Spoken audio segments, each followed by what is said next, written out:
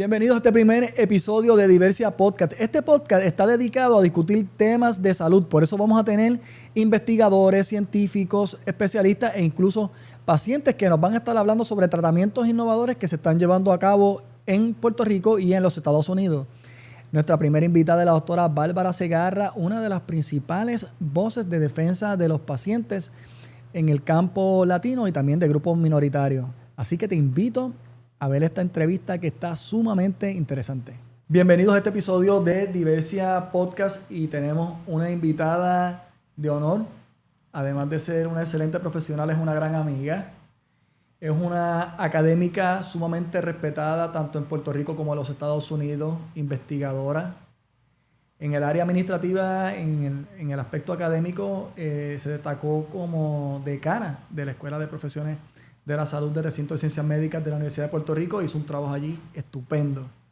Y también es una de las voces principales de los pacientes, específicamente de la comunidad latina y de los grupos minoritarios en los Estados Unidos. Es un súper honor para nosotros en este episodio de Diversia Podcast contar con la doctora Bárbara Segarra. Gracias, Ángel, por invitarme. El honor es mío poder visitarte en estas hermosas facilidades, ver cómo te has desarrollado y tener la oportunidad de compartir mi experiencia y la importancia de la investigación clínica. Doctora, muchas gracias. Y me gustaría, doctora, empezar por cómo nace en usted este interés por el área de la ciencia. Pues fíjate, yo soy tecnóloga médica de profesión. He trabajado en el recinto de ciencias médicas por 35 años ya.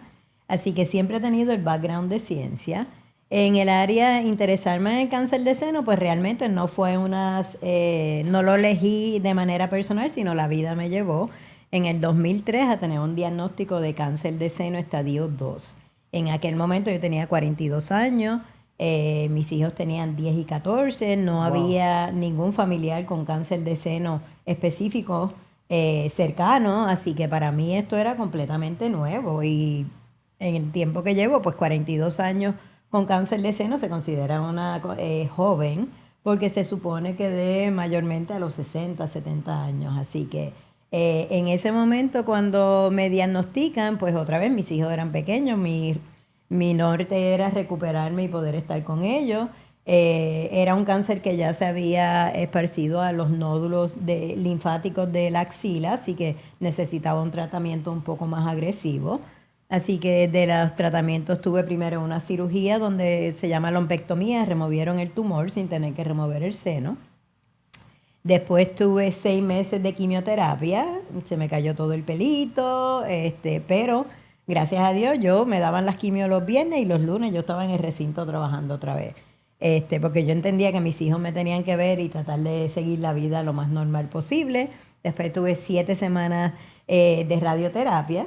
Y después tuve un medicamento que me mantuvo bloqueando el estrógeno, porque este tumor se alimentaba de estrógeno. Y entonces te dan un medicamento para bloquear el estrógeno y evitar si hay células que vuelvan a crecer. Así que en ese momento, teniendo este trasfondo de profesora, pues yo decía, pues hay algo que tengo que hacer. Y entonces empecé de voluntaria en Susan G. Komen. Aquí en Puerto Rico hay una organización que de hecho lleva como un año más de mis años de sobreviviente. Empecé haciendo la carrera que ellos hicieron por primera vez en el 2004 y ahí me involucré. Participé en el comité de educación llevando mensajes educativos de lo que era el cáncer de seno. Llegué a ser parte de la junta de directores, presidí la junta de directores y estuve ahí 10 años de voluntaria. Estando allí, un día llega un correo electrónico de una oportunidad de participar en una conferencia que se llama AACR, American Association of Cancer Research Scientific Survivorship Program. En ese programa ellos invitan sobrevivientes y defensores o advocates, como le dicen en inglés, a participar de esta conferencia científica. ¿Y cómo pasa uno de convertirse en un... O sea, tenemos que hay personas que tal vez piensan, bueno, el diagnóstico lo recibe distinto porque como es una profesional de la salud, pues tiene más conocimiento, está pensando en el diagnóstico, pero seguimos siendo seres humanos. No, o sea, y yo ¿cómo te se puedo, recibe ese diagnóstico? yo te puedo, bueno, el diagnóstico, vamos para atrás. El diagnóstico inclusive, uno siendo científico, para mí era como que nuevo completamente. Escuché la palabra cáncer y yo dije, bueno, pues me voy a morir. Y con niños pequeños, pues ese era mi norte. Yo decía, ellos dejar unos niños huérfanos, como tuve amigas que tuvieron que hacerlo, ¿verdad? Porque murieron y sus hijos quedaron huérfanos. Es un temor horrible y al revés, el querer tener información es peor, ¿verdad? En aquel momento no existía la inteligencia artificial ni nada. Estamos hablando diciembre del 2003, van a ser 23 años ahora mismo 22 ahora en diciembre. Pero que busqué en una Yahoo, Google, lo que hubiera buscado en aquel momento y decía, woman die within 10 years. Y decía, morir en 10 años. Yo no puedo morir en 10 años porque mis hijos todavía me necesitan. Tienen 32 y 35 y todavía me necesitan. ¿Y cuál fue la decisión que tomó cuando vio esa información ahí? Apagar el monitor. Apagar el monitor y confiar en lo que lo que estaba trabajando con mis médicos. Tuve un equipo de médicos extraordinarios. O sea, antes que médicos, son seres humanos. Y eso hace la diferencia. ¿Y la familia, doctora? ¿Qué papel juega la familia, las amistades? Súper importante. Y eso hace una diferencia, ¿verdad? Más tarde, cuando estemos hablando de lo que es la investigación o hispanos en Estados Unidos versus aquí. Tú sabes cómo somos nosotros los latinos y aquí los puertorriqueños. O sea, es un vecino que se enferma y tú vas a estar allí pendiente. Yo tengo la bendición de tener 6 hermanos adicionales. Así que en ese sentido, pues yo estaba cubierta de todas partes. Mi mamá en aquel momento estaba viva también. Pero el proceso para mí era, y para muchos pacientes, es proteger a la familia, ¿verdad? Y tú quieres... tú estás sufriendo esto, pero no quieres que tu familia sufra. Pero a la vez, la familia quiere hacer algo y la familia va a sufrir no matter what. Y doctora, le pregunto, en ese momento, o sea, uno recibe el diagnóstico y está la complicación de uno entender el diagnóstico y ese otro proceso de decirlo a la familia. Eso es uno de los más difíciles. Otra vez, mis niños eran pequeños. Yo decía, ¿cómo se lo voy a decir? Mi mamá se preocupaba muchísimo. Mi hermana mayor siempre estuvo conmigo. Y esa era, pues tenemos que decírselo a mamá. Yo se lo voy a decir cuando yo asimile la noticia. Y de hecho, cuando yo fui a cirugía, fue como 2 semanas después del diagnóstico. Quienes lo sabían eran mis hermanos, pero mis hijos no lo sabían, ni lo sabía mi mamá. Cuando yo fui, yo les dije que me iban a hacer una biopsia. Y a mis hijos, hay una, bendito, que murió el año pasado, que en paz descanse, la principal de la escuela donde ellos estaban en Rosabel. Ella había tenido cáncer de seno un año antes que yo. Wow. Así que cuando yo les digo, mira, me van a hacer una operación sencilla, no sabemos lo que es, el peor de los escenarios, pues va a ser como Mildred. Y ya ustedes ven que Mildred se recuperó porque ella lo compartió con los estudiantes, hicimos actividades para ella en la escuela. Así que ellos, pues, no era algo que nunca hubieran escuchado. Pero fue bien difícil porque tú dices, ¿cómo lo voy a decir? Mi esposo lloraba más que yo, él estaba conmigo en todas mis citas. Tener ese background de ciencia, pues por lo menos me ayudaba a hacer un poco más de preguntas. Y mi hermana mayor que me acompañaba había sido propagandista médico por muchos años y conocía a mucha gente en la profesión, así que ella me fue guiando para entender lo que iba a pasar, porque todavía 20 y tantos años después yo sigo aprendiendo cosas nuevas y cuando a ti te diagnostican pretenden que tú sepas todo y qué es el cáncer y dónde pasó y por qué quimioterapia o radioterapia o medicamentos, y es demasiada información. O sea, que ese apoyo al paciente es importante. Es esencial. En el proceso médico. Es esencial. Y la parte de compartir con la familia, por ejemplo, eso es una decisión bien personal. Hay gente bien reservada y ahí pasa años y la gente no sabe que tuvo cáncer. Yo soy medio libro abierto, ¿verdad? Una vez que ya yo se lo dije a mi familia, pues yo no tenía problema con compartir mi diagnóstico, e inclusive al día de hoy me llaman amigas de amigas de amigas que necesitan escuchar. Con una hablé recientemente, hace como 2 semanas, y le dije, no, ya yo voy a cumplir 22 años ya de verdad, y eso da esperanza, porque tú escuchar que alguien ya ha sobrepasado esto tantos años, pues él dice pues entonces tengo esperanza. Y la expectativa de vida ha mejorado. Definitivamente, y es gracias a la ciencia. La investigación cada vez es más adelantada. Por ejemplo, a mí cuando me diagnosticaron en aquel momento, había una prueba que se le hace al tumor que te podía decir si si iba a ser un tumor agresivo o no, pero las personas tenían que estar en estadio temprano. Ya esa prueba la han ido desarrollando y para personas que tienen nódulos positivos como tengo yo, se la pueden hacer. Y lo que han hecho los estudios es determinar, pues mira, en este estadio, con estas condiciones del tumor y esto que tiene esta persona, pues a lo mejor no hay que darle quimioterapia. Le damos cirugía o le damos cirugía y radioterapia, pero no tienen que hacer quimio.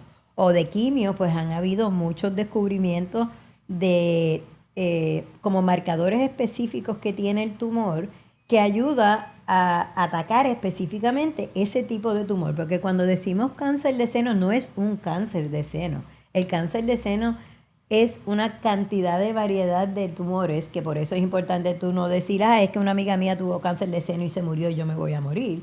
O una amiga mía tuvo cáncer de seno y no le hicieron nada, porque es diferente de acuerdo al estadio donde te diagnostican, es diferente de acuerdo al tipo de tumor y ese tipo de tumores a unas, por ejemplo, pruebas que se hacen en el laboratorio de patología al tumor para determinar qué tipo de cáncer es.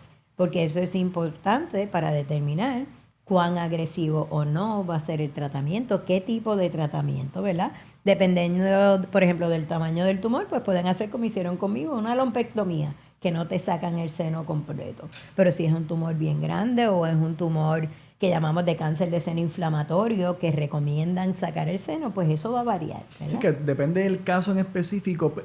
Pregunto, doctora, ¿hay algún protocolo para un paciente cuando recibe un diagnóstico?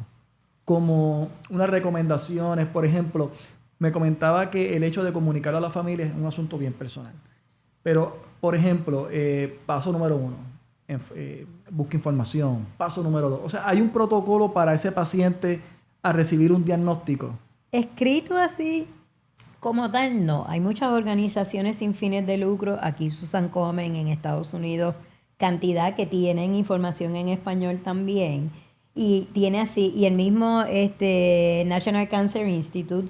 Lo importante del mensaje a lo mejor también llevar es dónde vas a buscar la información, ¿verdad?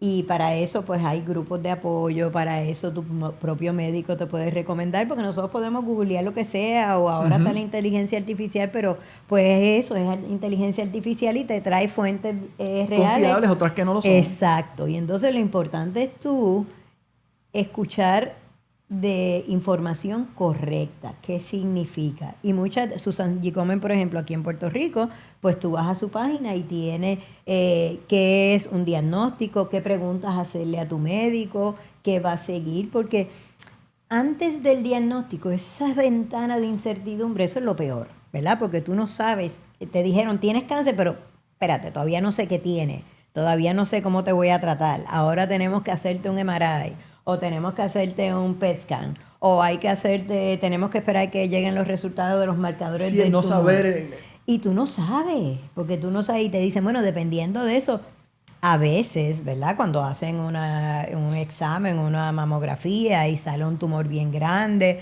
o que ya se ha visto que tiene, pues, se ha regado, a lo mejor o salen células en el hígado, en el pulmón o en el hueso, pues ya eso se considera un cáncer más agresivo y se considera que está metastático porque salió del sitio original del tumor a otras áreas. Y donde por ejemplo, en el seno, pues si tú miras la estructura del seno, tiene unas estructuras que te llevan a los nódulos linfáticos y esos nódulos linfáticos caminan todo el cuerpo. Y por eso cuando tienes ya el cáncer fuera de ya el localizado, nódulo u otras partes, le llaman que tienes que dar tratamiento sistémico, porque esas celulitas ya no se conformaron con estar en el seno y están corriendo por nuestro cuerpo. Doctora, le pregunto, o sea, si lo vemos como una línea en tiempo, usted está como profesional, académica, recibe el diagnóstico, comienza a participar en Susan G. Komen, comienza a participar de una manera ya más integrada y de repente está en advocacy para el paciente. Esa transición entre estoy en la academia, soy investigadora, ahora estoy en calidad de paciente, estoy levantando mi voz, estoy acompañando a más pacientes, estoy haciendo advocacy. ¿Cómo se da ese proceso? Pues es importante porque el advocacy tiene muchos roles, ¿verdad? Estos pacientes y sus familiares quieren hacer algo más, ¿verdad? Entre las cosas que quieren hacer algo más, pues está, pues a lo mejor empezar como empecé yo, una organización sin fines de lucro que sirve a pacientes, educar, recaudar fondos, ¿verdad? De eso depende mucho, los pacientes y sus familiares ayudan en esa recaudación de fondos. Tenemos un grupo de advocates que van anualmente, especialmente en Estados Unidos, a lo que ellos llaman The Hill, al Capitolio, a hablar con los senadores y representantes y que vean las caras. Hacen en los grupos como American Cancer Society, Susan G. Komen a nivel de Estados Unidos, organizaciones como ASCO, que es la Association American Society of Clinical Oncology. La abreviación en español es fea, dice ASCO, pero en inglés ellos muy proud of ASCO. Yo le digo, that means disgusting, pero es una organización que apoya la investigación, recauda fondos, da fondos para investigadores jóvenes y hacen unas reuniones anuales en junio en Chicago donde van de todo el mundo a compartir los hallazgos más importantes de la investigación. Así que hay esas organizaciones como esa hacen lo que llamamos tratar la policies, la política pública. Sí, la política pública. Y entonces ellos van allí a llevar conciencia y ayudar, que eso ayuda a la recaudación de fondos, ¿verdad? Porque ellos llevan personas que están viviendo con cáncer de seno metastático. Eso es cáncer ya en su etapa más avanzada que no tiene cura, ¿verdad? Y ellos van y llevan su historia. Yo tengo una amiga que, por ejemplo, a ella le diagnosticaron embarazada de cáncer de seno. En ese momento no le pudieron hacer el MRI. Cuando da a luz su bebé, ya le habían empezado quimio, pero no sabía a cuánto se había extendido ese cáncer. Y ya tenía cáncer en el cerebro. Y su bebé cumplió 12 años en estos días. O sea, gracias a la ciencia, porque empezó en un tratamiento y todavía sigue tratamiento por el resto de su vida. Yo en un caso particular, personal, y ¿verdad? Se lo comparto, mi hermana por parte de padre tenía 37 años cuando le diagnosticaron cáncer, pero era un cáncer en el estómago sumamente agresivo, y ella ya estaba en una etapa bien avanzada y me llama, yo tenía 18 años, y me llama y me dice, Ángel, ¿tú me quieres mucho? Le digo, sí, Carmen María, te quiero mucho. Y me dice, Ángel, ¿sabes qué es lo peor de esta situación? Ok. Que es que me voy a morir y no quiero morirme. Qué triste. Porque tengo los nenes chiquitos. Los dos nenes no tenían 10 años ninguno de los dos. Ni Cristian ni Sacha. Y ella falleció a los 37 años. Pero escuchar eso, ¿verdad? Es que lo peor es saber que voy a morirme y que no quiero morirme. Sí, no. Yo vi una amiga mía, Maripili. Ella le diagnosticaron un tiempito después de mí a sus 30 y pico y su nena tenía como 1 año y el nene como 5. Y Maripili luchó y ella estaba bien enfermita y yo la vi como 1 semana antes de morir. Ya estaba con oxígeno, y su nena se graduaba de 8º grado. Y ella me agarraba así y me decía, Bárbara, es que yo quiero estar más tiempo con Pía. Yo quiero estar más tiempo con Pía. Y fue a la graduación de Pía y después falleció. Pía está ahora en universidad. Logró ir a la graduación. Mario, su nene mayor, terminó universidad, terminó ingeniería. Su papá, que se llama Mario también, fue un esposo excelente y crió esos nenes. Y yo pues los tengo por Facebook y los veo. Y cuando los veo me da sentimiento, ¿verdad? Porque yo tuve la bendición de ver mis hijos, ya los 2 son ingenieros. No me han hecho abuela, ni van a hacerlo, parece. Pero tuve la bendición de que ellos me tuvieran, ¿verdad? Y de que todavía me tienen cuando me pueden llamar. Y Diego me llama por FaceTime todos los días y hablamos. Y yo miro a Mario y Pía y yo le digo, cónchale, ellos no tuvieron ese privilegio. Y yo sé que Maripili se fue con ese dolor. Y yo me acuerdo cuando me diagnosticaron, una amiga mía me dijo, ay Dios mío, por lo menos aunque tengan 18 años. Y una amiga mía me dice, ¿tú crees que después que tengan 18 años no te necesitan? Y yo, tienes razón. Ok, papá Dios, estoy enmendando mi petición. Yo quiero ser abuela, sigue aquí. Pero es bien fuerte. Así que, volviendo a lo que hacen los pacientes, ¿verdad? Pues ellos, pues, esas historias son importantes porque son reales, ¿verdad?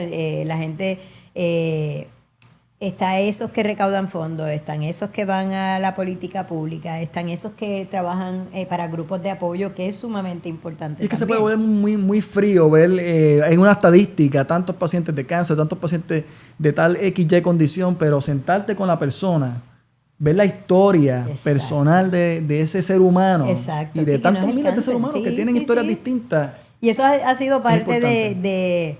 de mi bendición de estar aquí, porque tú conoces tantas y tantas historias. Y yo digo, cuando yo narro mi historia, yo digo, lo mío fue un catarro. En relación a que, otra vez como te mencioné, yo fui tratada aquí en Puerto Rico, así que mi oncólogo, mi cirujano, mi radioterapeuta, todos nos abrazábamos cuando llegábamos y cuando nos íbamos, ¿verdad? Porque es ese Ese calor, calor humano. Tenía mi familia que eso, uno me buscaba, el otro iba, me cocinaban, cuidaban los nenes, amistades así. Estaba en la universidad, así que ya yo tenía un excelente plan médico, me cubrió toda la radioterapia, me cubrió la quimioterapia. En el trabajo recogieron dinero y eso para todos los deducibles que tuve que pagar en ese momento. Yo no sufrí nada, ¿verdad? Aparte de, bueno, sí, las náuseas y las cosas, pero cuando miro, soy más que privilegiada, ¿verdad? Y eso no es la historia de todo el mundo. Y hay un detalle, doctora, el componente cultural. Sí. Ese componente, como comentaba, le pasó algo al vecino, uno está pendiente.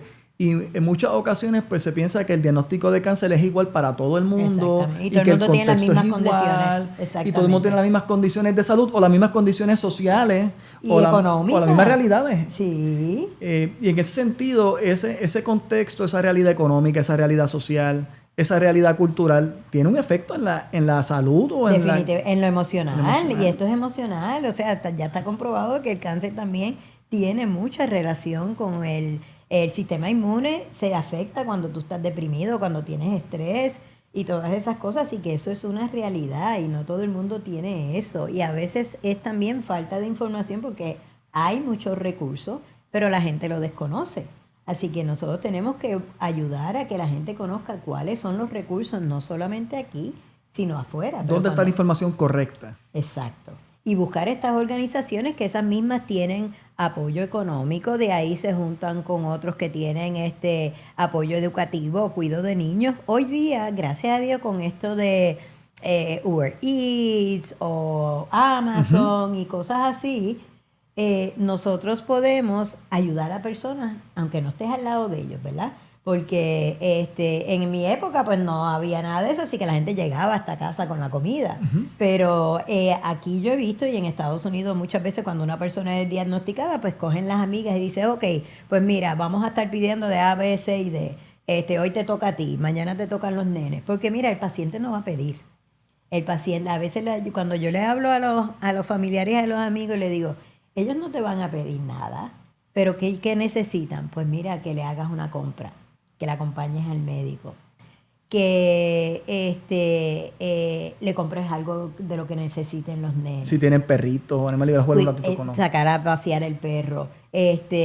A veces puedes preguntarle a un familiar qué necesita, ¿verdad? Pero no te lo van a decir. Por eso es que te digo, porque otra vez como paciente nosotros queremos proteger nuestra familia y amistades. Yo me acuerdo que yo estuve mis primeros 9 meses sin llorar porque yo quería ser fuerte para mis hijos.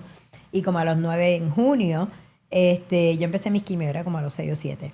El doctor me dio permiso a ir porque yo tenía planes desde el año anterior a llevar a mis hijos a Disney ese año. Y entonces cuando yo terminé todas las quimios, yo tenía que empezar la radioterapia. Y yo le digo, yo quiero llevar a mis hijos. Y me dijo, bueno, pues está bien, vamos a coger un break. Te haces todas las medidas y eso que hay que hacer para cuando te den la radioterapia. Llevas tus nenes y después lo hacemos. Así que yo terminé las quimios como en junio y en agosto empecé la radio. Pero en el in-between había un viaje también profesional. Y dije, bueno, pues ya que voy a puedo hacer este otro. Y ese otro tenía un panel de tecnólogas médicas que habían tenido cáncer de seno, compartiendo su historia. Yo lloré ahí como que tú no te puedes imaginar, porque ahí yo estaba sola, no estaba mi familia. Exacto, sí, fue como la catarsis de todo ese momento. Nadie se iba a preocupar, pero siempre hay que buscar esa persona con la que tú puedes llorar y con la que puedes ser fuerte.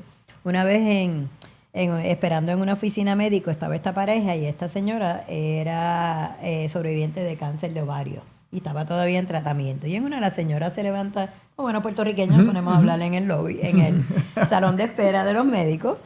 Así que en una ella se va al baño y él me dice, es que ella no me deja ayudarla. Yo nunca me dice qué es lo que está pasando, yo no sé. Y yo le comenté, ¿verdad? Es un mecanismo de protección. Pero cuando yo hablo con los pacientes y hablo con los familiares, le digo, ellos necesitan saber. Y nosotros queremos protegerlos, pero a veces le estamos haciendo un daño porque ellos necesitan sentirse útil. Nosotros como pacientes ya estamos haciendo lo que tenemos que hacer. Vamos al médico, estamos tomando el medicamento, pero they feel helpless y ellos quieren ayudar. Así que eso es bien importante y necesitamos compartir esas historias y esas pequeñas recomendaciones que nadie te las enseña. Eso no hay un manual que dice, by the way, si te da cáncer, by the way, si tienes... Y eso de decirle a la gente, me acuerdo una abogada que yo conocí, que también yo compartí con ella, no la conocía a través de su doctora. Y ella me dijo, no, Bárbara, yo no se lo quiero decir a nadie. Y yo, pues, esa es tu prerrogativa. ¿Y se le respeta igual? Y ella no se lo dijo a nadie. 5 años después escribió un libro. ¡Wow! Y lo publicó. Ella fue jueza. Y cuando publicó su libro me invitó. Y una de las páginas del libro hablaba de que yo le di permiso a guardarse eso, ¿verdad? Y son cosas que tú no te das cuenta cómo impactan a la gente. La vida de la gente. Exacto. Y a mí yo puedo estar cansada, yo puedo tener 7 reuniones. Esa amiga mía que me escribió el otro día para su amiga, me escribió por el día. Y yo miré así, yo al otro día tenía que dar clase por la noche y dije, mira, hoy tengo un break a las 7 de la noche. La llamé y yo, dame el teléfono. Y hablé con ella como media hora. No importa lo cansada que yo esté, porque yo sé que eso va a hacer una diferencia. Esa persona la operaban esta semana y ella se iba más tranquila. Tenía excelentes médicos, yo le dije lo que podía esperar, las pruebas que le iban a hacer después, y su hermana había sido diagnosticada con cáncer de seno 6 meses antes. Así que ella está pasando por varias cosas, ¿verdad? Y tú tienes que ser... O sea, yo siempre digo que yo devuelvo en servicio lo que tengo en salud. Porque yo he sido bendecida con haber padecido esto 2 veces y todavía estar aquí para contarlo. Y quiero ser mejor ser humano y quiero agradecerle a Dios, pues haciendo eso, ayudando a otra gente. No tienen que... Y mis amistades todas las voy a ayudar. Pero gente que no conozco, esa es la que uno tiene que ayudar. Que eso está precioso, de verdad, porque se ve ese compromiso, esa pasión. Y es darle ese, porque a mí me hubiera gustado hablar y pasó. Yo estaba en la sala de espera y había una señora que ya había cogido sus quimios y me decía, mira, lo más malo va a ser los primeros días. Tú sabes que hay una vecina que me manda flores cada vez que yo cojo las quimios. Y cuando las flores se van marchitando es cuando yo me estoy sintiendo mejor. Y son cosas que se te quedan, porque es una persona que pasó por eso. Tú necesitas, y tú oyes quimio y dices, ay, me voy a morir. No, mira, hay unos medicamentos para la... Yo, gracias a Dios, no vomité, porque si yo algo odio es vomitar. Y gracias a esos medicamentos me daban unas náuseas horribles, peor que cuando estaba embarazada, pero no vomité, y eso era una bendición. Cada vez hay más medicamentos. A veces, a lo mejor para el tipo de cáncer que yo tuve en aquel momento, pues a lo mejor no eran tantas quimios como me dieron en aquel momento. Porque la gente dice, ay, pues ¿para qué a mí me dieron tanto? Bueno, porque en aquel momento eso es lo que decía la ciencia, ¿verdad? Y volviendo a la ciencia, ¿qué hacen los pacientes en eso de la ciencia, verdad? En los años 80 es por primera vez que se ve los pacientes involucrados en lo que es el activismo hacia la ciencia. ¿Por qué? Ese fue los años de HIV-Sida. El protocolo de FDA para probar medicamentos puede tomar desde el laboratorio a su descubrimiento 20, 30 años. Desde que empieza a probarse en humanos, 10 años.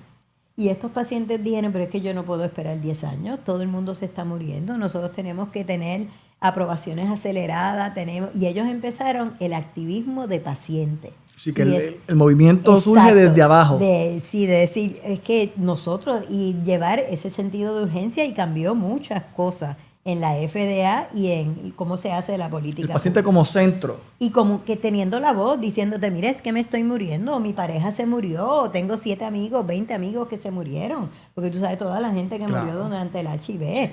Así que ellos hicieron un cambio brutal.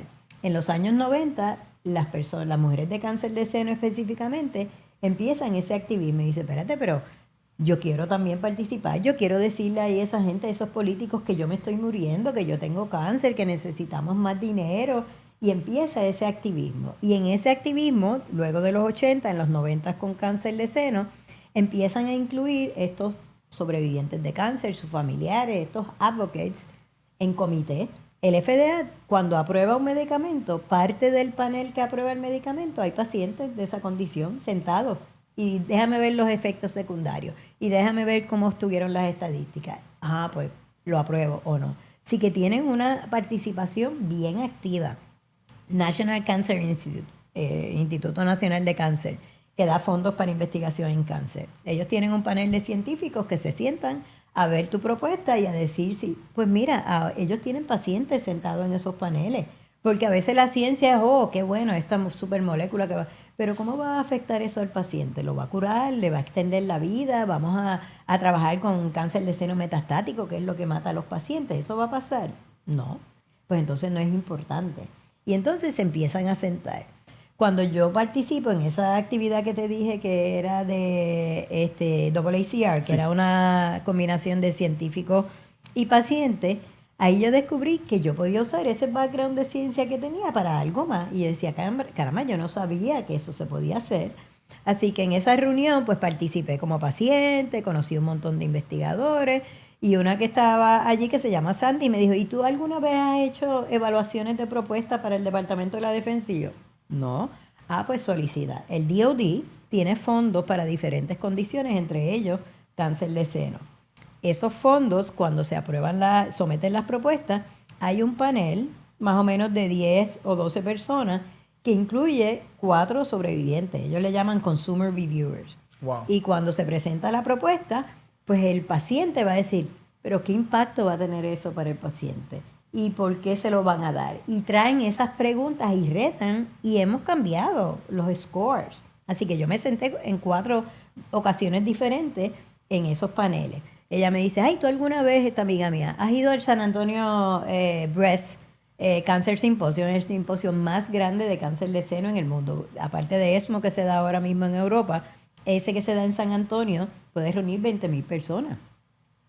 Y ahí se llevan los descubrimientos de cáncer de seno porque es específico para cáncer de seno. Y ellos tienen un programa que dan becas para pacientes para que asistan a esa reunión.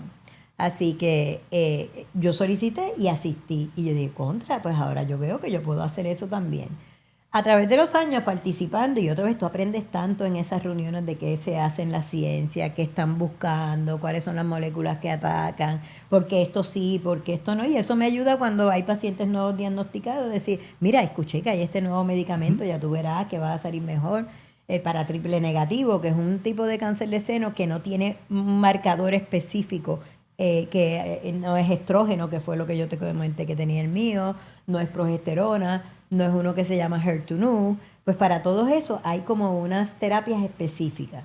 Cuando no tienen ninguno de esos 3 marcadores se llama cáncer de seno triple negativo. Eso da en mujeres mayormente afroamericanas, da en mujeres jóvenes y es bien agresivo. Hoy día hay muchos tratamientos que se han descubierto para esa condición, ¿verdad? Pero cuando yo empiezo a asistir a todas esas reuniones, yo digo, caramba, pero ¿dónde están las latinas? ¿Verdad? Porque hay cientos y cientos de sobrevivientes de cáncer de seno participando en todas estas cosas. Tomando becas, dando sus opiniones, sentadas en comité. Y yo, ¿y dónde estamos? Que es que la gente no lo sabe. Y yo, como tú me has visto, estoy presentada. Pues un día leyendo los correos electrónicos, viene que están buscando un patient advocate para SWOG. Yo había escuchado lo que era SWOG, y te voy a explicar ya mismo lo que es, leyendo un artículo que estaba hablando del rol del paciente y diciendo los diferentes roles. Y yo estaba buscando literatura de qué hacen los patient advocates. Y salió un artículo que decía que un grupo de patient advocates de SWOG habían trabajado con un protocolo que exigía, creo que era 2 biopsias o algo así, y los pacientes decían, caramba, pero eso es bien fuerte, hacer una biopsia. Y a pesar de que no pudieron cambiar el protocolo porque eso era necesario para lo que se iba a investigar, los pacientes participaron en el material educativo que iban a recibir los posibles participantes para explicarle por qué y cuán importante era y cómo ellos se iban a sentir o no. Y yo dije, ay, qué chévere. Pues cuando llega esa comunicación de que están buscando un patient advocate para SWOG, ya pues la hija de doña Lizzy puede escribir. Y a las 2 semanas me llamaron que me habían seleccionado. Eso fue en el 2017. Yo lo recuerdo. Lo recuerdo con... Eso fue en el 2017. La primera vez que ellos tienen de 25 a 30 pacientes sentados en diferentes comités. Pero lo que usted está haciendo desde el 2017 es sumamente importante para la comunidad, no solamente y motivo de orgullo de que es una puertorriqueña.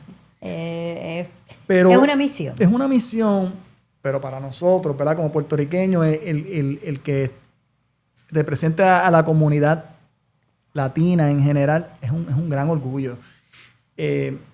¿Cómo se sintió el momento en el que le dicen sí, vas a ser tú, Bárbara? Pues yo dije, wow, y estas personas pues te pagan 2 veces al año. Ellos hacen reuniones 2 veces al año, en octubre y en spring. En spring varía entre abril y mayo. Y encima de eso te dan fondos para desarrollo profesional. Y yo pues llego, justo la primera reunión fue octubre del 2017, que pasó septiembre de 2017. Sí, aquí ya todos sabemos. Exacto, estábamos todos sin luz y todo. Ya yo tenía esa reunión programada, me pagaban todo, iba para allá. Y yo le dije a mi familia, los quiero, pero los veo en 2 o 3 días. Y volé para allá. Wow. Baños calientes todos los días, porque no teníamos agua caliente aquí ni luz. Pero fuera de broma, ¿verdad? La primera vez que me siento ahí, otra vez, pues... Es histórico. Y aunque tú me ves así de presentadora, yo era bien tímida antes. Créanme, el que me conoce me va a decir, nah, pues sí, yo era bien tímida. Pero gracias a Dios eso se me quitó. Y más cuando es para llevar información importante y esa necesidad de los pacientes. Wow, pero llegar allí en el contexto del huracán María. También, y yo allí me monté en mi avioncito. Eso fue yo creo como octubre 17, una cosa así. Así que llevábamos 3 semanas más o menos en eso. Y muy solidarios todo el mundo. Después de ese viaje, la gente que yo conocí allí en persona, porque ya nos habíamos conocido virtual, porque hacíamos una reunión virtual semanal. Y yo me siento en un comité que se llama Cancer Care Delivery. Ese comité estudia cómo se lleva el cáncer, diferentes estrategias para atender mejor al paciente, etcétera. Así que cuando yo me siento, el que dirige, el chair de esa organización tiene más de 44,000 miembros. Wow. Tiene 240. ¿Global? ¿A nivel global? Estados Unidos y Canadá. Son muchos miembros, 44,000. 44,000 científicos. Miembros como tal, instituciones miembros son como 250 y ellos tienen un brazo de ENCORE, que es algo que tenemos aquí en Puerto Rico también, que hacen estudios y algunos estudios de esos de ENCORE han venido aquí a Puerto Rico a través del ENCORE que tenemos aquí en Puerto Rico, que ahorita te puedo hablar un poco. Pues entonces, cuando yo me siento y esa primera reunión que nos reunimos todos los pacientes juntos con el que es el chair, el que dirige el grupo. Y entonces yo me acuerdo pues sentada allí, yo levanto la mano y entonces me dice, sí, yo quisiera saber cuántos hispanos o latinos se han impactado con los estudios que ha hecho SWOG. Y en aquel momento me dicen, pues fíjate, no tenemos el número exacto, vamos a averiguarlo. Así que por años ese era mi rol, ¿verdad? Sentarme allí cada vez que había un estudio. Permiso, hay en español. Una vez le dije a uno, está el estudio en español, y me dice, es que es muy caro traducirlo. Y yo, pero entonces, ¿por qué es caro? No lo vamos a hacer. Y ha evolucionado mucho en SWOG. Sí, era necesario. En SWOG y mucho, por ejemplo, la que entra ahora de chair en marzo, ella trabaja para Columbia University en New York y 20 o 30% de su población de pacientes es latina. Así que ella es empática con eso y los estudios que ellos hacen de ENCORE, todos son en inglés. Pero cada vez que levantaba la mano iba creando esa awareness. Esa awareness en Susan Komen. Yo pues soy aquí, después que yo fui, trabajé con la organización aquí por 10 años, también salió que había en Estados Unidos, Komen tiene algo que se llama Advocates in Science. Y es un grupo de patient advocates que están interesados en ciencia. Y ellos lo que hacen es juntar estos pacientes con investigadores, le dan cursos de educación relacionados a eso. Y yo dije, pues me voy a meter ahí. Y otra vez, como la hija de Doña Alicia no puede estar nada más que sentada, pues llegué a ser co-chair y chair de ese comité. Pero parte de lo que discutíamos en Susan G. Komen eran los diferentes oportunidades de financiamiento que daban a nivel de Estados Unidos. ¿Y esos trabajos de esos comités, a dónde van, doctora?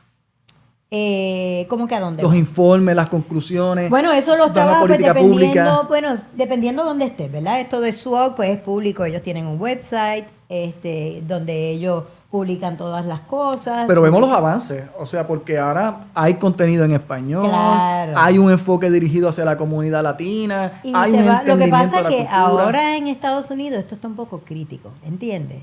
Sí. Había muchos avances y todo lo que se había hecho en los últimos 5 años en la investigación es dar justicia a las poblaciones para que todos pudieran participar. Y lo que estaban haciendo era, ¿qué podemos hacer para atraer este tipo de población, ¿verdad? Los latinos. Parte de lo que yo me siento en ese comité, ok, va a estar en español. ¿Cuándo se le van a acercar? ¿Ustedes quieren que esa persona vaya en el medio del día a hacer algo, verdad? Estas personas, especialmente la mayoría de la comunidad latina en Estados Unidos, tienen 2 y 3 trabajos.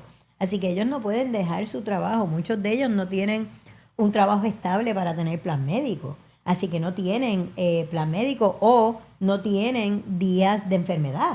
Si faltan, no cobran. Así que son muchos elementos que cuando tú quieres hacer un estudio con esta población tienes que tomar en consideración. Inclusive, ¿quién es el investigador? No es Paul Smith, que no habla español. Y puede ser Paul Smith, que no habla español. Pero entonces ten a Petronila Sánchez como coordinadora, que cuando Ángel llegue, buenos días Ángel, no es buscando un traductor, porque tú sabes lo que es tener un traductor, ponte que la cámara es el traductor y yo estoy mirando la cámara y tú me estás hablando, se pierde esa conexión. ¿Es el idioma una barrera? El idioma es la barrera número 1. Estadísticas de Estados Unidos dicen que primero que el 20% de la población en Estados Unidos son latinos o hispanos, y más del 70% de esa población no habla inglés en sus casas. Yo tengo una tía que ya le diagnosticaron cáncer de seno hace como 2 años y lleva más de 40 años viviendo en Estados Unidos, en Florida, pero ella no habla bien inglés, no se siente cómoda. Y mi prima, en las primeras citas, pues iba con ella y me decía... La acompañaba. Y un día me llama y me dice, mira Barbie, en casa me dicen Barbie, yo estaba acompañando a mamá, pero ahora le van a dar el tratamiento y yo no quiero influir, voy a tener que usar un traductor oficial. Pero eso, o sea, eso no es justo. Hace poco yo conocí una señora que ya tenía, su médico era latino, la conocí en Nueva York, una vez que me invitaron allá a dar una conferencia en una organización que se llama Latina Share, y estamos en la mesa con esta señora, y ella estaba atendiéndose con un doctor que era latino, pero el doctor dejó la práctica, dejó el hospital, y ella estaba con una persona, él era de descendencia india y no hablaba nada de español. Y ella dice, bueno, él pues me dice, how do I say hi? Dijo hola.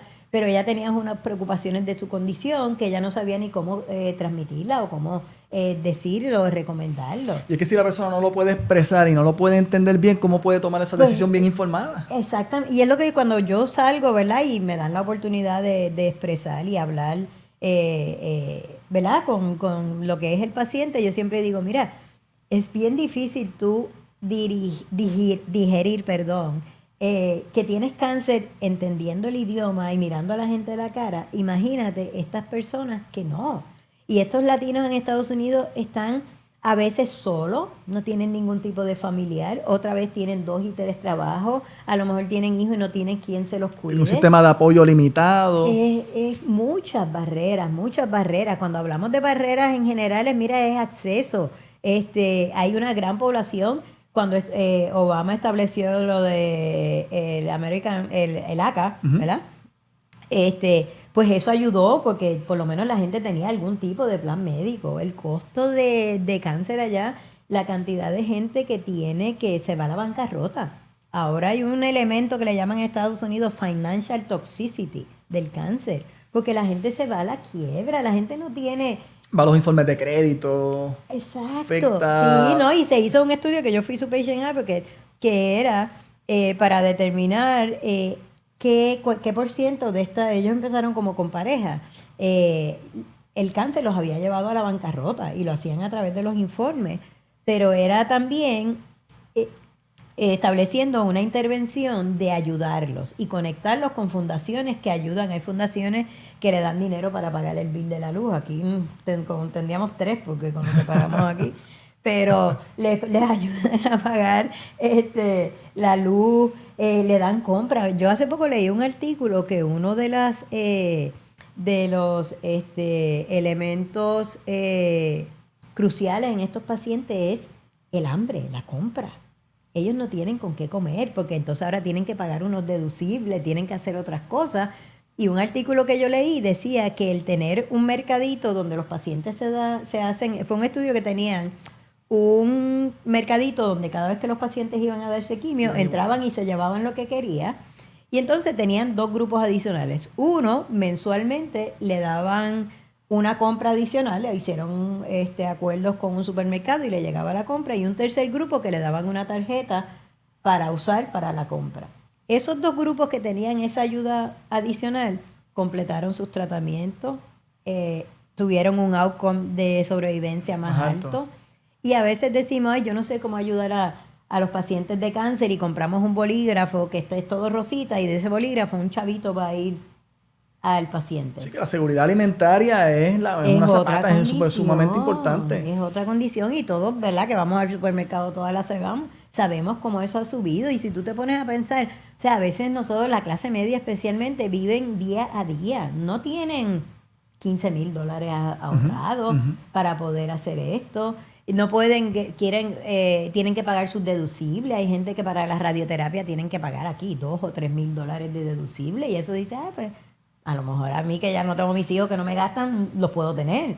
Pero la mayoría de la gente no los tiene. Entonces, ¿cómo los ayudamos? Bueno, y esa situación, mientras estás tomando el tratamiento, estás en ese proceso de recuperarte con la incertidumbre, con la situación económica. Son muchos factores que... Y la alimentación, inciden. porque entonces volvemos a eso de la alimentación. Tú entonces tienes que tratar de comer mejor, porque esas náuseas te dan y te dicen, bueno, pues cómete algo fresco, cómete las pechuguitas o qué sé. Y eso pues cada vez es más caro, ¿verdad? Entre esos factores que se ven, según los datos que hayan y la literatura, ¿cuáles son los mayores impedimentos o los mayores áreas que afectan la manera en que los pacientes latinos reciben tratamiento? Pues número 1, el acceso, como te dije. A veces que no tienen plan médico, no tienen carro. Exacto, y el acceso, número 1, de insurance o plan médico. Número 2, de distancia. En Estados Unidos hay muchos centros grandes, Sloan Kettering, MD Anderson, muchos. Cada estado tiene un centro académico, no cada estado, muchos estados bien grandes, ¿verdad? Lamentablemente, no todo el mundo tiene acceso. El 85% de las personas en Estados Unidos son tratados por lo que ellos llaman community oncologists. Son las personas enorme, que están... 85%. Solamente el 15% tiene el privilegio. Y digo el privilegio de... Que no debería ser un privilegio. Claro, es un privilegio tratarse un centro académico. ¿Por qué? Porque esa gente tiene los últimos avances. Esa gente están haciendo investigación clínica. Porque es importante participar en una investigación clínica. Por ejemplo, hay un doctor de SWOT que dice que la investigación clínica te da la oportunidad de tener acceso a los medicamentos de mañana, hoy. Y ese es la diferencia. Y entonces, ¿por qué todos no podemos tener acceso? Parte de los estudios dicen que a veces es bias del médico y dice, no, es que yo creo que Ángel no va a poder venir a este clinical trial, no se lo voy a ofrecer. Se le va a hacer difícil llegar. ASCO hizo un training que yo fui parte de los pacientes que participó, que se llamaba Just Ask. Y es un adiestramiento que dan en los hospitales. Y es eso, mira, no presumas, pregunta. ¿Y qué tú puedes hacer para hacer eso mejor? Si cuando construyes tu investigación clínica, pues provee para que estas personas puedan venir. Asistir al proceso. Hace poco yo estuve en North Carolina y es un grupo comunitario, un ENCORE. Y ellos, por ejemplo, tienen unos acuerdos entre una organización sin fines de lucro y la gasolinera. Y los pacientes que participan en sus clinical trials, ellos le dan vouchers de gasolina para que ellos puedan hacer. Porque a veces los funders como NCI o algunos no permiten que tú le pagues al paciente porque entienden que lo estás bribing. Pero realmente no es bribing. No lo estás sonsacando. Estás diciéndole... Te voy a pagar, te voy a facilitar que participe. Yo tengo un amiguito, él se llama JJ. Ese nene lo diagnosticaron a los 27 años con cáncer de colon. Se recuperó y como a los 2 años ya lo tenía en metástasis. Él lleva 170 quimios y tiene 38 años ahora mismo. ¡Wow! ¡Qué fuerte! Tiene que coger quimio cada 3 semanas. Y él vive en un pueblito de North Carolina que para llegar a su oncólogo es 3 horas. O sea, entonces las barreras, pues volvemos. El acceso por plan médico. El acceso por distancia. Por distancia. Desconocimiento, ¿verdad? La falta de información. Falta de información. Perdone, en ese aspecto le pregunto, ¿los pacientes hoy están mejor informados de lo que estaban hace 10 años? Y otra pregunta, ¿verdad? la facultad de los doctores están preparados para hacer comunicación en salud? O sea, el plain language, o muchas veces se nos va este detalle técnico de, pues, te lo voy a explicar de una manera, te lo voy a explicar como especialista, Ajá. y el paciente está asumiendo esa información no como una persona, sino como alguien que está recibiendo información técnica que no la Sí, sí. comprende. Pues te puedo decir sí y no. Como todo en la vida, hay excelentes comunicadores, médicos comunicadores, como que no los hay, ¿verdad? La primera persona que me vio a mí, una persona súper reconocida, y para mí no se comunicó de la manera que yo quería. Tú sabes, él me chequeó así, vio la mamografía y me dijo, yo te voy a operar en 2 semanas y después de ahí sabemos. Y se levantó y se fue de la oficina. Y yo dije, pero doctor, esto es benigno, es maligno. No, eso usualmente es maligno, pero ya después sabremos. Y se levantó y se fue. Y yo dije, espérate, Si uno se yo, queda con ese... yo no me ese puedo tratar tema. con esta persona. Mi hermana conocía al doctor Miguel Echenique, ese es mi ángel mayor, lo digo así, con nombre y apellido.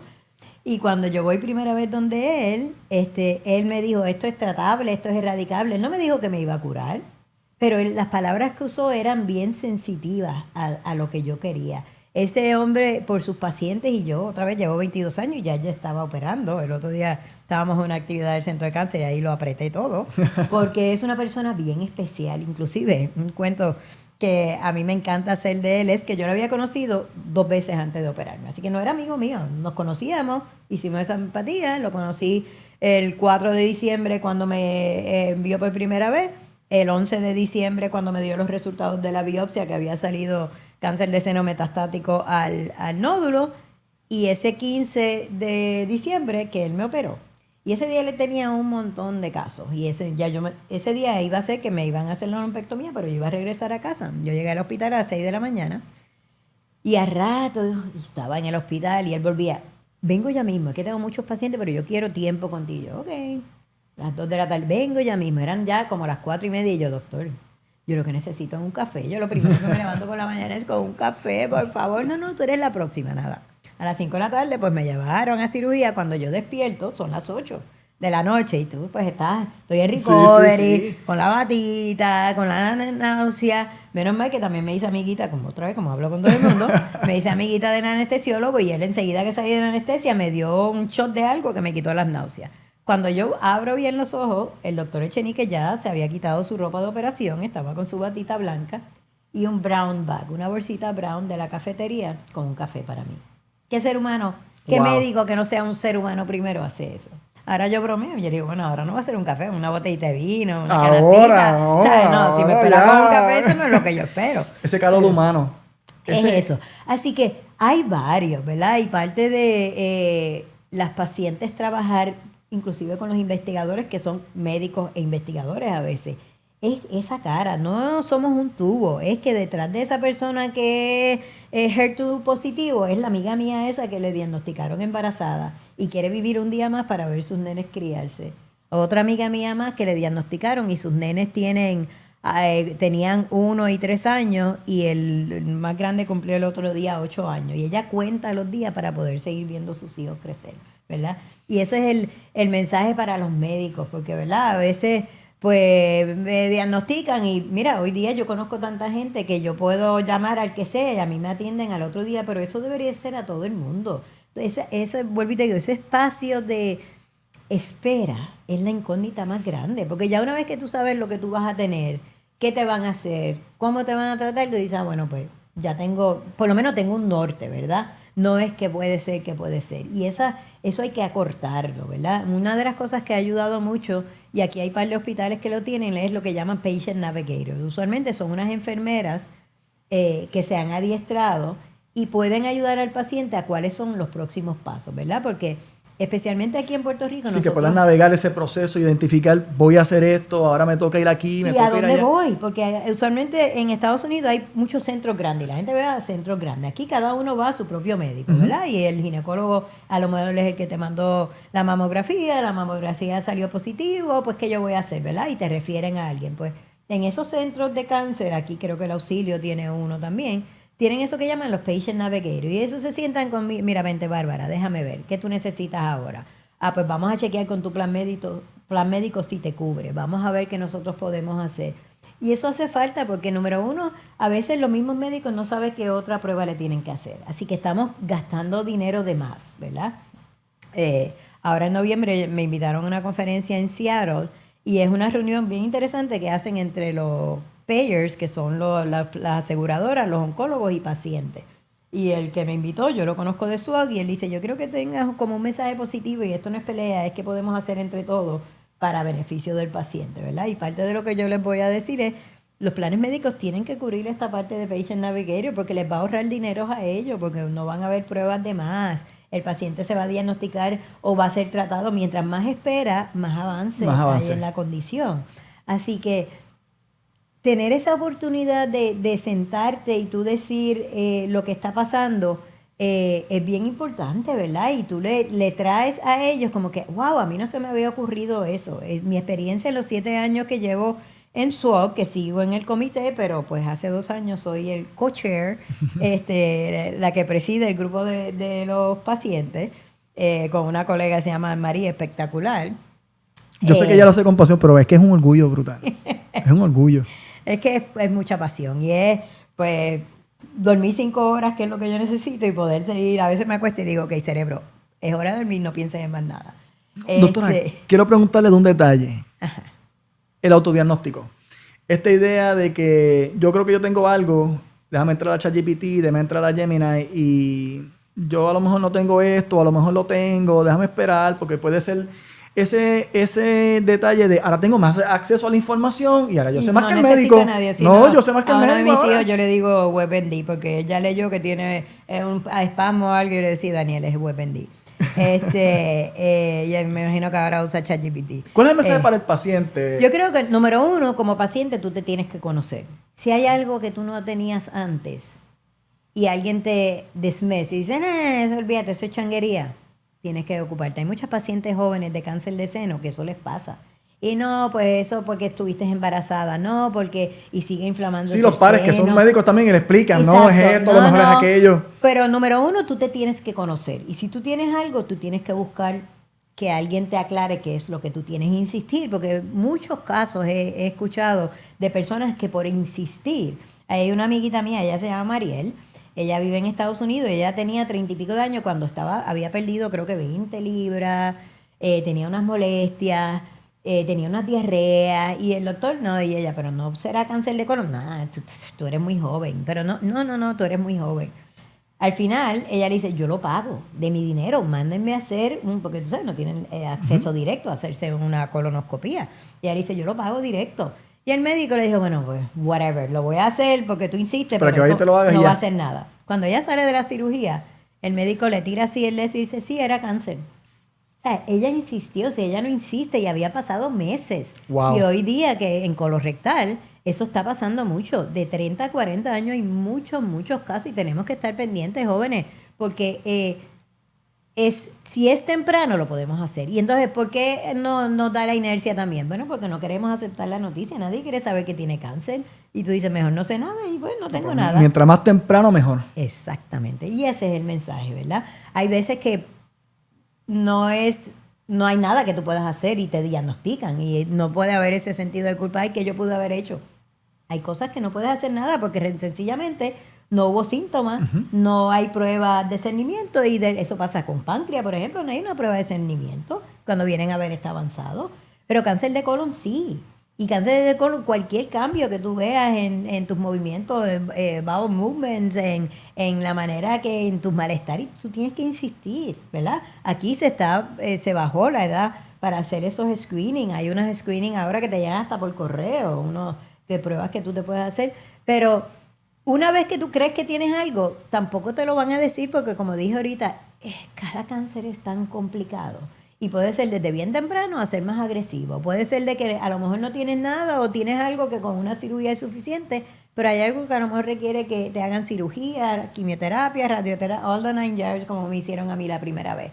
La segunda vez cuando a mí me da, que me dio después en el 2000, 17, ese año fue conmemorativo, en febrero del 2017, a mí me da una recurrencia en el mismo seno. Wow, en febrero. Febrero, 13 años después de mi primer diagnóstico, que yo decía, bueno, ya, estoy curada. No estamos curados, no estamos curados y nadie está curado de cáncer. Todos los que están escuchando esto tienen a alguien que conocen que tiene cáncer. Y no es para asustarnos, ¿verdad? Es para estar prevenido, es para saber que hay luz al final del camino, que a veces el camino es pedregoso, que a veces vamos a sentirnos mal por 2 o 3 meses, pero pues hay luz. Hay luz, hay esperanza. Luz, y eso es lo que queremos hacer, por ejemplo, con la investigación. Algo de lo que están haciendo ahora, por ejemplo, es los efectos secundarios, ¿verdad? Antes el médico miraba y decía, bueno, pues a Bárbara le dio unas náuseas grado 2, pero nadie le preguntó a Bárbara si mis náuseas eran grado 2 o grado 4, ¿verdad?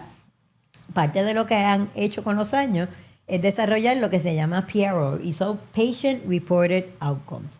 Y comparaban, si el médico dijo que era 2 grados y ella dijo que era 4, pues hay una discrepancia, ¿verdad? Y hay algunos estudios de clínicos utilizan eso para una vez que se vaya a mercadear ese medicamento, poder decir, mira, son tan náuseas. Sí, porque está el parámetro de cómo lo siente el paciente. Y cómo realmente, porque pues tú puedes decir, pues, a little diarrhea, y es como me enseñaron mis amigas de cáncer de seno metastático. Dicen, un poco de diarrea de vez en cuando no está mal, pero un poco de diarrea todos los días. Por ejemplo, yo tuve un tratamiento que yo sabía que iba a durar 6 meses.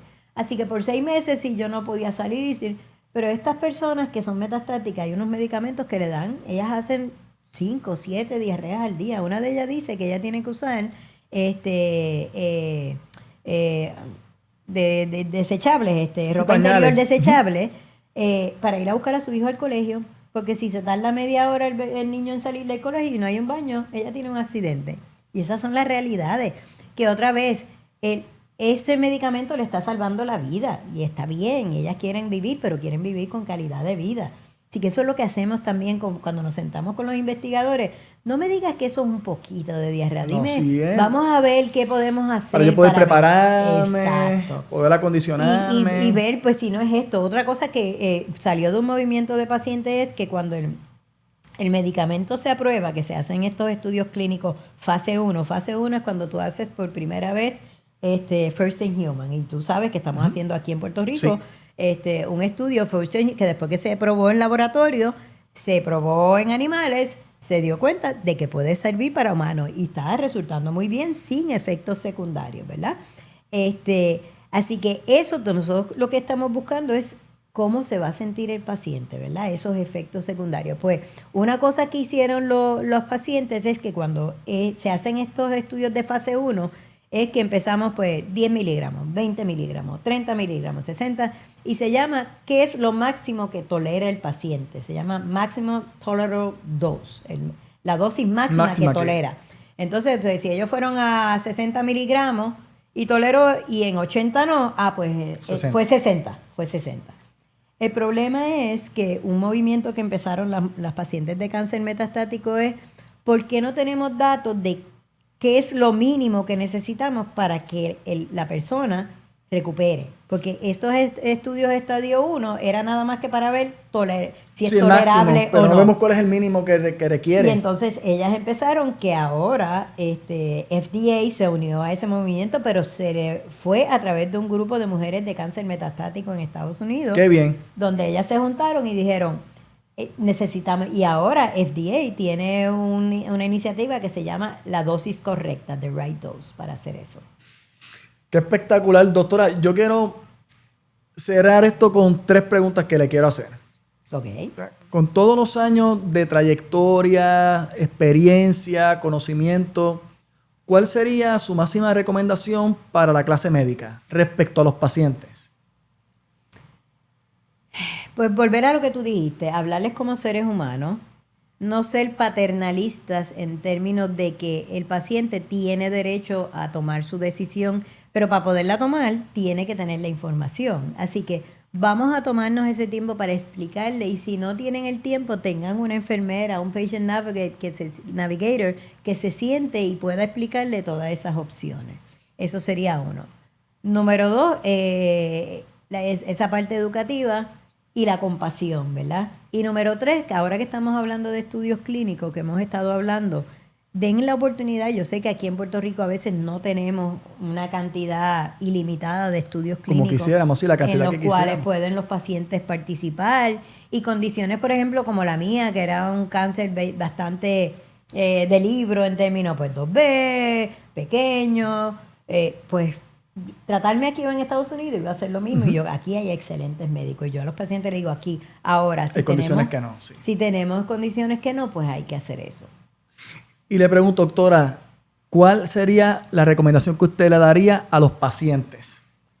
A los pacientes, número uno, que cáncer no es el final, no es una sentencia de muerte, de que tenemos que empoderarnos. Pregunte, busque la información, busque en organizaciones, ponga organizaciones de cáncer de pulmón, organizaciones, y para pulmón hay 2 bien grandes en Estados Unidos y casi todas ellas tienen material en español para educarse. Número 3, no tener miedo, ¿verdad? Es aterrador, no vamos a decir, no vamos a minimizar el terror y el pánico que a uno le da en ese momento, pero hay alternativas. Así que vamos a conocer nuestro cuerpo, como estaba mencionando Ángel, pero a buscar la ayuda. Y si el médico todavía no ha dado con lo que usted tiene, vaya a ver y váyase legalmente, y con los planes médicos usted tiene derecho a más de una opinión.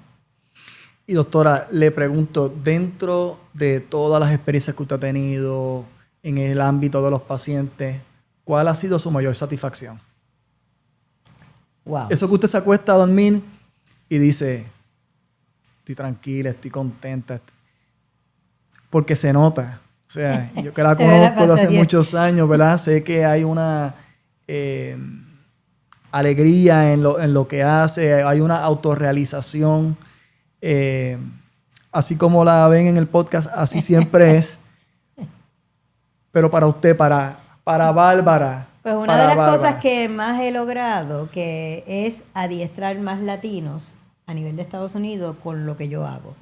En el 2024, a través de una conferencia que se llama Advancing the Science of Cancer in Latinos, hice por primera vez un adiestramiento de Latino Cancer Patient Advocate. Y ahí adiestramos 15 sobrevivientes de diferentes tipos de cáncer. Y ese grupo, ahí conocí a Mariela del cáncer de colon que te dije. Y esas mujeres están on fire. Eran 15 mujeres. Nosotros tenemos un grupo de WhatsApp y ellas están al día. Fire. Sí, on fire. Se ayudan mutuamente. Una de ellas, esa Mariel, después de haber cogido el adiestramiento conmigo, la invitaron a SWOG y la invitaron a FDA, y ella estuvo sentada en uno de los últimos medicamentos que probaron para cáncer de colon. Y conseguimos fondos para volverlo a dar en febrero del 2026. Así que para mí es una satisfacción, porque yo puedo decir, bueno, pues yo soy la Sofía Vergara de cáncer de seno, todo el mundo llámeme a mí, ¿verdad? Y no, porque yo conozco la historia de mi gente en Puerto Rico. Yo necesito que los latinos que viven allá, con los latinos que están pasando las de Caín, como decimos aquí, allá, pues puedan hablar por esos pacientes y se puedan sentar en esos comités de SWOG, de NCI, de FDA, que tengan la misma oportunidad. Pues si tú ves lo que, pues siempre es la misma gente. Así que para mí mi mayor satisfacción es haber iniciado eso, y mi meta es tener un Latin America Advocate Network, establecer un network. Así que decretado está. Pronto, y conociéndola, sé que eso va a estar para el próximo podcast que nos reunamos, ya eso va a estar hecho. Así que muy agradecidos por haber estado con nosotros. Podemos quedarnos con la doctora hablando aquí por horas. Preguntas que ustedes tengan, dudas, comentarios, en el área de comentarios. Si está en Spotify, también en el área de Spotify Video puede hacer sus comentarios, tanto como en YouTube. Doctora, muchas gracias por este tiempo. Ya tú ves que esta es mi pasión, y siempre que me necesiten y las preguntas que reciba, si en algo yo puedo ayudar, vamos a estar ahí. Claro que sí, doctora. Muchas gracias. Muchas bendiciones y adelante siempre, doctora. Amén.